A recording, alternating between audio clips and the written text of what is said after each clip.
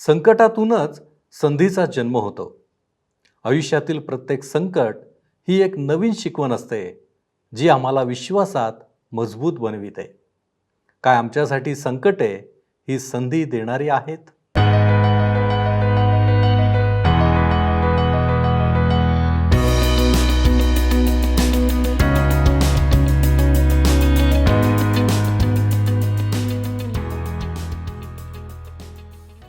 येशू ख्रिस्ताच्या मधुर नावात आपणास सलाम.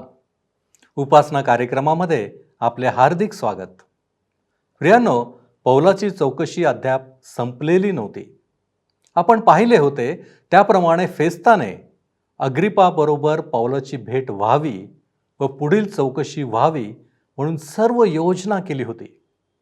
आता पौल अग्रिपासमोर आहे आणि याच संधीचा उपयोग पौल कसा करून घेतो हे पाहण्यासाठी आपल्याला आजचे अध्ययन लक्षपूर्वक पाहावे लागेल. माझी खात्री आहे आपण यासाठी तयार असाल. तर मग चला प्रियांनो, आपण आपल्या अध्ययनाची सुरुवात करूया. श्रोत्यांनो, प्रेषितांची कृत्ये ह्याच्या 25व्या अध्यायाच्या 22 वचनांपर्यंत आम्ही अध्ययन संपवलेले आहे आणि आम्ही पाहिलं की कशा प्रकारे फेस्तासमोर पौलाची चौकशी सुरू झालेली आहे. 23वं वचन आम्हाला सांगतं, 25वा अध्याय 23वे वचन, दुसऱ्या दिवशी अग्रिप्पा व बर्निका ही मोठ्या थाटामाटाने येऊन सरदार व नगरातील मुख्य लोक ह्यांच्यासह दरबारात गेले आणि फेस्ताने हुकूम दिल्यावर पौलाला तेथे आणण्यात आले. तो कशा प्रकारचा देखावा होता ह्यापेक्षा अधिक प्रेक्षक एखाद्या सुवार्तिकाला त्याच्या सभेत मिळाले असतील काय जितके पौलाला मिळाले हे लक्षात घेण्यासारखे आहे. व्यवस्था सर्व नाटकीय आणि समारंभपूर्वक करण्यात आली होती. पौल साखळ्यांनी बांधलेल्या स्थितीमध्ये तेथे राजापुढे आणि राजकीय मंडळीपुढे येतो. फेस्ताने अग्रिपाला सांगितले की तू मला पौलावर काहीतरी आरोप ठेवण्यास मदत कर, कारण त्यामुळे आपल्याला त्याला कैसरापुढे पाठविता येईल. 24 ते 27 वचने पुढे सांगतात. 24 ते 27 वचने. तेव्हा फेस्त म्हणाला, अग्रिपा राजे व आम्हाबरोबर उपस्थित असलेले सर्व जन हो, ह्या माणसाला तुम्ही पाहता ना? ह्याला ह्यापुढे जिवंत ठेवू नये असे ओरडत यहुद्यांच्या सर्व समुदायाने येरुशलेमेस व येथेही मला अर्ज केला, परंतु त्याने मरणदंडास योग्य असे काही केले नाही असे मला कळून आले आणि त्याने स्वतः बादशहाजवळ न्याय मागितला म्हणून त्याला पाठविण्याचे मी ठरविले. ह्याविषयी मी आपल्या स्वामीला निश्चित असे लिहिण्यासारखे काही नाही. तुमच्या पुढे व विशेष करून अग्रिप्पा राजे आपणापुढे ह्याला आणले आहे, अशा हेतूने की चौकशी झाली म्हणजे मला काहीतरी लिहावयास सापडावे, कारण बंदिवानास पाठविताना त्याच्यावरील दोषारोप न कळविणे मला ठीक दिसत नाही. श्रोत्यांनो, ह्या ठिकाणी आपण पाहू शकता की कशा प्रकारे पौलावर दोषारोपण करण्याकरिता हे लोक कारण शोधत आहेत. आतापर्यंत नोंदणी केलेल्यांपैकी पौल ह्या संधीचा लाभ एका महान संदेशाला देण्याकरिता करून घेतो. आपण आता पुढच्या अध्यायामध्ये ह्या गोष्टी पाहणार आहोत. 26व्या अध्यायामध्ये अग्रिप्पा समोर पौल आम्हाला दिसत आहे. पौलाची ही साक्ष म्हणजे पौलाने आपला बचाव करण्यासाठी केलेले भाषण नव्हते, तर ते पौलाने सांगितलेले शुभवर्तमान आहे, जे अग्रिप्पाला आणि इतर उपस्थितीत जणांना येशू ख्रिस्ताकरिता जिंकण्याच्या उद्देशाने त्याने दिले. हा एक नाटकीय प्रसंग आहे आणि हा अध्याय वाङ्मयातील एक उत्तम नमुना असे आपल्याला पाहावयास मिळते. जगाचे वाङ्मय किंवा प्रेरणेने लिहिल्या गेलेले वाङ्मय असे आपण म्हणू शकता. श्रोत्यांनो, 26वा अध्याय 1 वचन आम्हाला सांगतं, मग अग्रिप्पाने पौलाला म्हटले, तुला स्वतःच्या तर्फे बोलावयास परवानगी आहे. तेव्हा पौलाने हात पुढे करून प्रत्युत्तर केले. पौलाचे अग्रिप्पा समोर येणे हे माझ्या मते त्याच्या सेवा कार्यातील सर्वात उच्च असा बिंदू होता.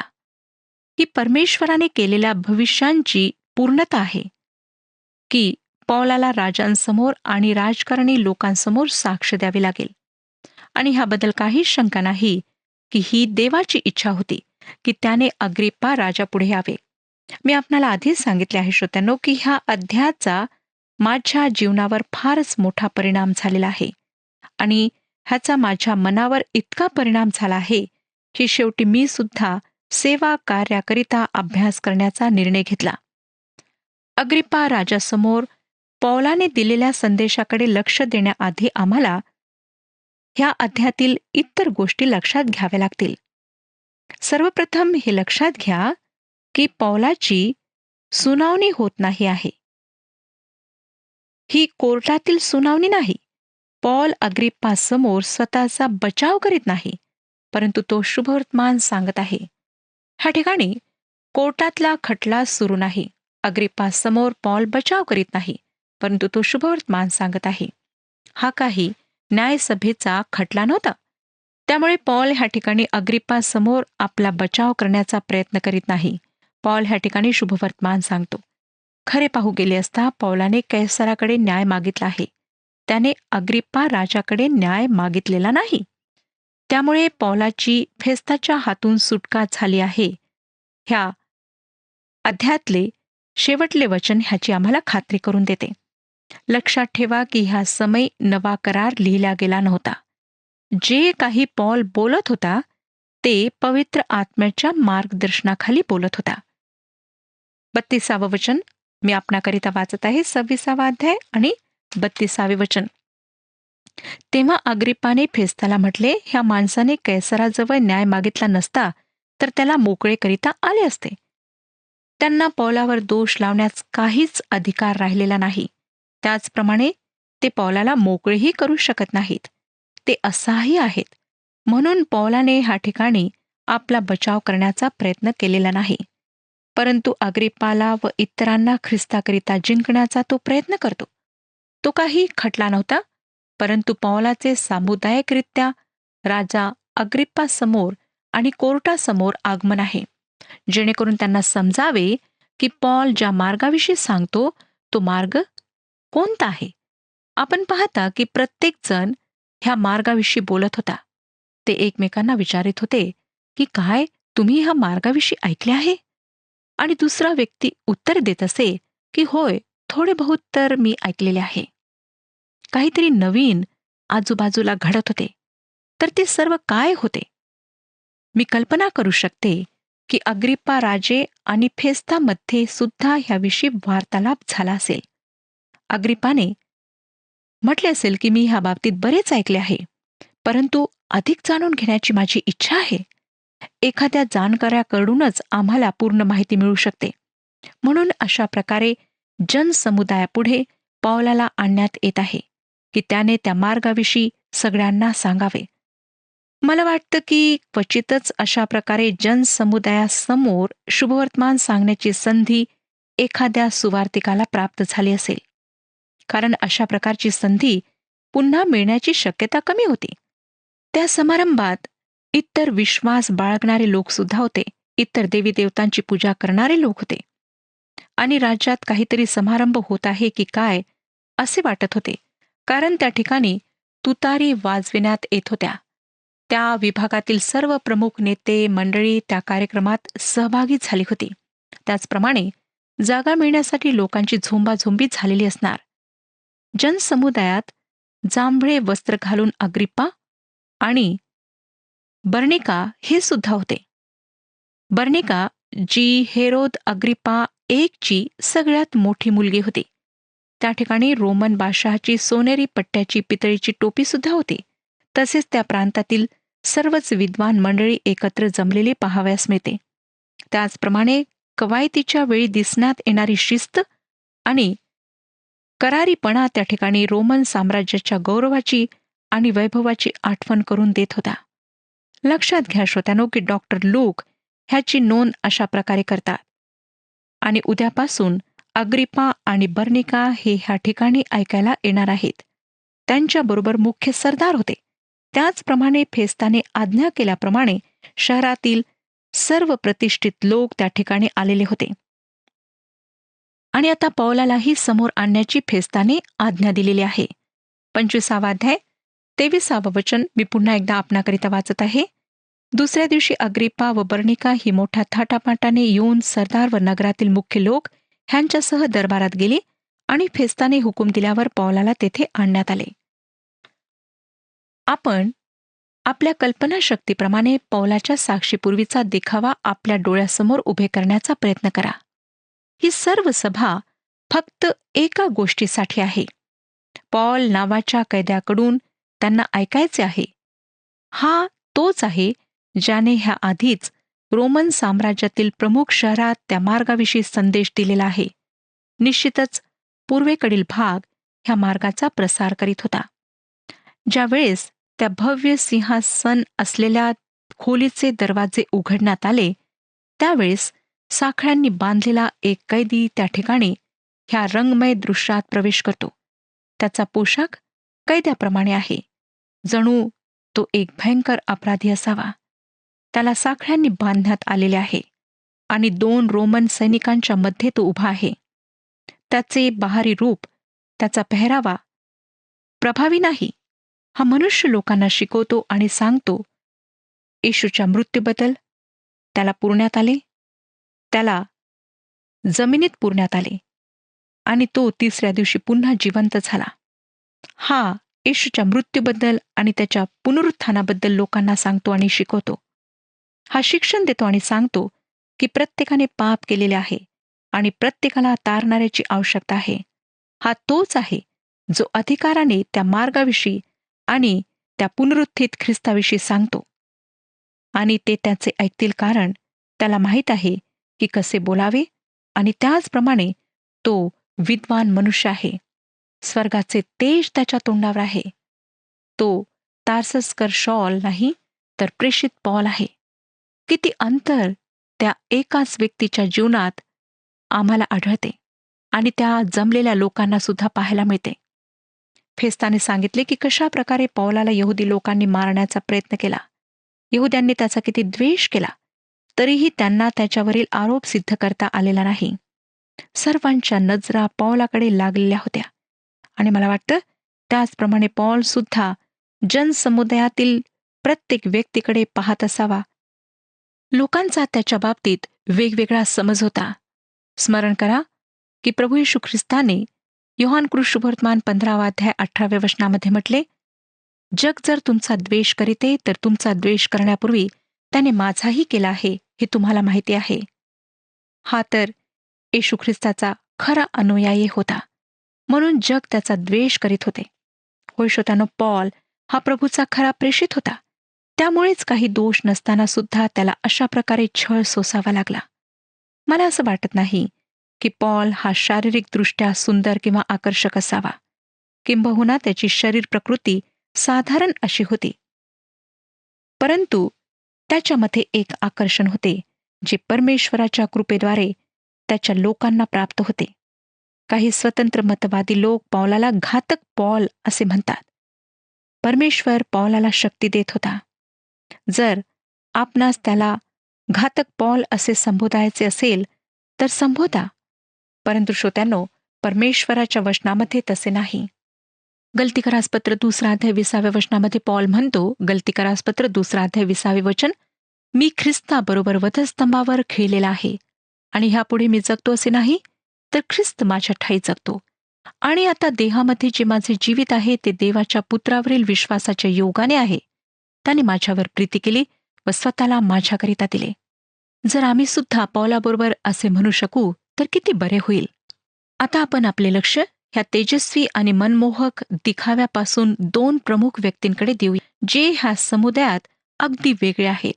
अग्रिप्पा आणि पॉल हे ते 2 प्रमुख पुरुष त्या ठिकाणी आहेत. त्यांच्यात किती विरोधाभास आहे ते आपण पाहणार आहोत. त्यांच्यापैकी एक जण राजाची वस्त्रे परिधान केलेला असा आहे, तर दुसरा हा कैद्याची वस्त्रे परिधान केलेला आहे. एक जण सिंहासनावर बसलेला आहे, तर दुसरा साखळ्यांनी बांधलेला आहे. एकाने राजमुकुट घातलेला आहे, तर दुसरा साखळ्यांनी बांधलेला आहे. अग्रिप्पा हा राजा आहे, परंतु तो पापाच्या गुलामीत आहे. पॉल साखळ्यांनी बांधलेला एक कैदी आहे, परंतु पॉल हा पापापासून मुक्तीचा अनुभव घेतलेला असा व्यक्ती आहे. त्याला येशू ख्रिस्तामध्ये स्वतंत्रता प्राप्त झालेली आहे. अग्रिप्पा हा जगिक राजा आहे, जो स्वतः पापाच्या बंधनातून स्वतःची किंवा दुसऱ्या कोणाचीही सुटका करू शकत नाही. पॉल ह्या ठिकाणी ज्या राजाने त्याला पापापासून मुक्त केलेले आहे त्याचा दूत आहे, आणि तोच अग्रिप्पाची पापाच्या वाईट परिणामातून सुटका करू शकतो. आपल्याला ह्या प्रसंगी एका गोष्टीचे स्मरण ठेवले पाहिजे की अग्रिप्पा हा हेरोदाच्या कुटुंबातील आहे. मला जर काही माहिती आहे तर हेच की तो अगदी नीच अशा कुटुंबात जन्मलेला आहे, ज्या कुटुंबातून पापाची दुर्गंध अद्यापही येत होती. अशा नासलेल्या कुटुंबातून तो होता. पवित्र शास्त्रातील सर्वात वाईट कुटुंब हे होते, आणि त्या कुटुंबाबद्दल असे बरेच पवित्र शास्त्रात लिहिलेले आहे. हेरोदाला त्याचे फळ देवाकडून मिळाले. अग्रिप्पा हा विद्वान माणूस होता, आणि अशा पार्श्वभूमीनंतरही तो त्याच्या बऱ्याच बाबतीत श्रेष्ठ होता. त्याला मोशेचे नियमशास्त्र ठाऊक होते. त्यामध्ये काय सांगितले आहे ह्याची त्याला माहिती होती. पौलाला ह्या ठिकाणी आनंद झाला, कारण त्यामुळे त्याला अशा पुरुषाशी बोलण्याची संधी प्राप्त झाली ज्याला माहिती होती, आणि त्याच्यावर केलेल्या आरोपांना तो समजू शकत होता. मी प्रथमच सांगितल्याप्रमाणे श्रोत्यानो, तुरुंगात 2 वर्षे राहिल्यामुळे पॉल थोडा अधीर झाला होता. तो यरुशलेमेतील जमावासमोर उभा राहिला होता. तो रोमन सरदारासमोर उभा राहिला होता, आणि फेलिक्स समोरही तो उभा राहिला होता. त्याचप्रमाणे खाजगी भेटीत तर पॉल फेलिक्स समोर बऱ्याच वेळा उभा राहिला होता. नंतर तो फेस्तासमोर उभा राहिला, आणि आता तो अग्रिप्पाच्या समोर उभा आहे. ह्यांच्यापैकी एकालाही पौलावर आरोप ठेवण्यामागचे कारण काय हे समजू शकले नाही. त्याचप्रमाणे त्यांच्यापैकी एकालाही शुभवर्तमानही समजलेले नाही. हे जो रोमन सरदार यरुशलेममध्ये होता त्याला सुद्धा लागू आहे. ही आश्चर्यकारक गोष्ट आहे की हे लोक ख्रिस्ती लोकांच्या सहवासात राहत होते, ख्रिस्ती विश्वासणाऱ्यांच्या भागात राहत होते. त्यांनी प्रेषित पौलाचे शुभवर्तमानासंबंधीचे संदेश ऐकलेले होते, आणि आता ही तीच परिस्थिती होती. पौलाचा हेतू असा होता की स्वतःचा बचाव करण्यापेक्षा येशू ख्रिस्ताचे विशाल आणि भव्य रूप अग्रिप्पाला दाखवून द्यावे. ती शुभवर्तमानाची घोषणा होती. 2 आणि 3 वचने आम्हाला सांगतात, अग्रिप्पा राजे, यहुद्यांच्या चालीरीती व त्यांच्या वादविषयक बाबी ह्यात आपण विशेष जाणते आहात, आणि यहुदी ज्याविषयी माझ्यावर दोषारोप ठेवतात त्या सर्वांविषयी मला आज आपणापुढे प्रत्युत्तर करायचे आहे. ह्यावरून मी स्वतःला धन्य समजतो, आणि मी आपणाला विनंती करतो की शांतपणे माझे भाषण ऐकून घ्या. आता पॉल अशा माणसासमोर बोलणार आहे की ज्या विषयावर बोलणार आहे ते ह्या माणसास समजेल. अग्रिप्पा हा विद्वान मनुष्य होता. त्याला मोशेचे नियमशास्त्र माहिती होते, आणि त्याला यहुद्यांची पार्श्वभूमी सुद्धा ठाऊक होती. पौलाला अशा माणसासमोर शुभवर्तमान सांगण्याची संधी मिळाली म्हणून तो आनंदी झालेला आहे. आता आपण 4 वचन वाचूया. तरुणपणापासून म्हणजे अगदी पहिल्यापासून माझ्या लोकात व यरुशलेमेत माझे वर्तन कसे होते हे सर्व यहुद्यांना माहिती आहे. ह्या ठिकाणी आता पॉल आपले भाषण सुरू करीत आहे. आपण पाहिलं की अग्रिप्पा हा विद्वान मनुष्य होता. त्याला नियमशास्त्र माहिती होते. त्याला यहुद्यांची पार्श्वभूमी सुद्धा ठाऊक होती, आणि पॉल ह्यामुळे आनंदित झाला आहे, कारण ह्या प्रकरणात खरे काय आहे आणि त्याचे नैसर्गिक स्वरूप काय आहे हे जाणून घ्यायची अग्रिप्पाची मनापासून इच्छा होती. पौलाला सुद्धा नियमशास्त्र फार चांगल्या प्रकारे माहीत होते, परंतु फरक एवढाच होता श्रोत्यानो की त्याची ख्रिस्ताशी भेट झालेली होती. त्याच्यासाठी आता नियमशास्त्राला नवीन अर्थ प्राप्त झालेला होता. आता त्याला कळून चुकले होते की त्याला जे आवश्यक होते ते देवाने त्याला पुरवले आहे. देव गौरवी आणि चांगला आहे हे त्याला कळले होते. येशू ख्रिस्ताद्वारे त्याने मानवजातीवर कृपा केली आहे हीच गोष्ट अग्रिप्पाला समजावी अशी पौलाची इच्छा होती. जेव्हा पौलाने बोलावयास सुरुवात केली तेव्हा त्याचा आत्मा समाधानाने भरून आला. त्याचे भाषण एक महान संदेश होता. जरी ह्या ठिकाणी अनेक हजारो लोक उपस्थित होते तरी पौलाला फक्त एकाच व्यक्तीबरोबर बोलायचे होते, आणि तो एकाच व्यक्तीसोबत बोलत आहे, ती म्हणजे अग्रिप्पा. त्याला ख्रिस्तासाठी जिंकण्याचा तो प्रयत्न करीत आहे. मोठ्या आदराने आपल्या भाषणाची सुरुवात करून तो अग्रिप्पाला समजावून सांगण्याचा प्रयत्न करीत आहे की ह्या संधीमुळे त्याला स्वतःला किती आनंद झाला आहे. प्रथम आपल्या तारुण्याविषयी सांगून स्वतःची पार्श्वभूमी देऊन आपल्या जीवनात बदल कसा झाला तो अग्रिपाला सांगतो. शेवटी ख्रिस्ताकरिता त्या मनुष्यापर्यंत पोहोचण्याचा प्रयत्न करतो. श्रोत्यानो, जर आपण हा पौलाचा संदेश न थांबता वाचाल तर तो आपणाशी अवश्य बोलेल. खरे पाहता त्याची स्वतःचीच ही गोष्ट आहे आणि नंतर मी ह्यावर काही टिप्पणी करेन. 26 अध्याय 5 पासून पुढची वचने मी आपणाकरिता वाचत आहे. ते पहिल्यापासून मला ओळखतात म्हणून त्यांची मर्जी असल्यास ते साक्ष देतील की आमच्या धर्माच्या अत्यंत कडकडीत पंथाप्रमाणे मी परुषी आता देवाने आमच्या पूर्वजांना जे वचन दिले त्याची आशा धरल्याबद्दल माझा न्याय होण्याकरिता मी उभा आहे. ते वचन प्राप्त होण्याची आशा बाळगून आमचे 12 वंश देवाची सेवा रात्रंदिवस एकाग्रतेने करीत आहेत. महाराज, तीच आशा बाळगल्याबद्दल माझ्यावर यहुद्यांनी आरोप ठेवला आहे. देव मेलेल्यांना उठवितो हे तुम्हापैकी कित्येकास अविश्वसनीय का वाटावे? मलाही खरोखर वाटत असे की नासुरी येशूच्या नावाविरुद्ध पुष्कळ गोष्टी कराव्या आणि तसे मी यरुशलेमेत केलेही. मी मुख्य याजकांपासून अधिकार मिळवून पुष्कळ पवित्र जनांना तुरुंगात कोंडून टाकले आणि त्यांचा घात होत असताना मी संमती दिली. प्रत्येक सभास्थानात त्यांना वारंवार शासन करून त्यांना दुर्भाषण करण्यास लावण्याचा प्रयत्न मी करीत असे. त्यांच्यावर अतिशय पिसाळून जाऊन बाहेरच्या नगरापर्यंत देखील मी त्यांचा पाठलाग करीत असे. हे चालू असता मुख्य याजकांकडून अखत्यार व अधिकारपत्र मिळवून मी दमिश्काकडे चाललो होतो.